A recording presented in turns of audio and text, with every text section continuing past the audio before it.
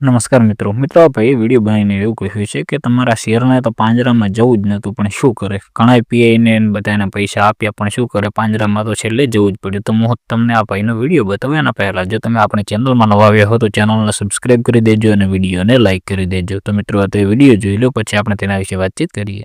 Share તો પાંજરામાં જ શોભે. અલ્યા ભાઈ, તમારા શેરને તો જવું જ નતું ક્યાંય. ઘણા સમર્થન આપ્યા ને કોથળા માટે પૈસા દીધા, ડીએસપી ના પીઆઈ ને બધાને ખોટા નિવેદન ઠોકાર્યા, પણ મારું હારું પીડ્યું બધું ઊંધું. કારણ કે પરસોત્તમભાઈ સોલંકીની એન્ટ્રી થઈ, કીધું કે સમાજ માટે તો કંઈ પણ કરવા તૈયાર. ભાઈ છેલ્લે બાકી રાજીનામા દેવાના થાય ને તોય દઈ દઈશું. અને ભાઈ વિટોળિયો સીડ્યો અને એસઆઈટી ટીમની રચના કરવામાં આવી ને બાકા ચીકી બોલીને નવા ખુલાસા થયા.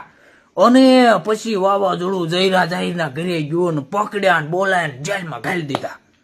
અને પછી જોયા રેગી થઈ, બાકા ચીકી બોલાવી દીધી ને તમારો શેર એ ગયો પાંજરામાં. આવું થાય એટલે માપે માપે રહેવાય. આવું થાય. વિડીયો ગમ્યો હોય શેર કરી દો, મજા જ આવશે. આપણે વિડીયો આવા જ બનાવવાના, તમને મજા આવી જોઈએ.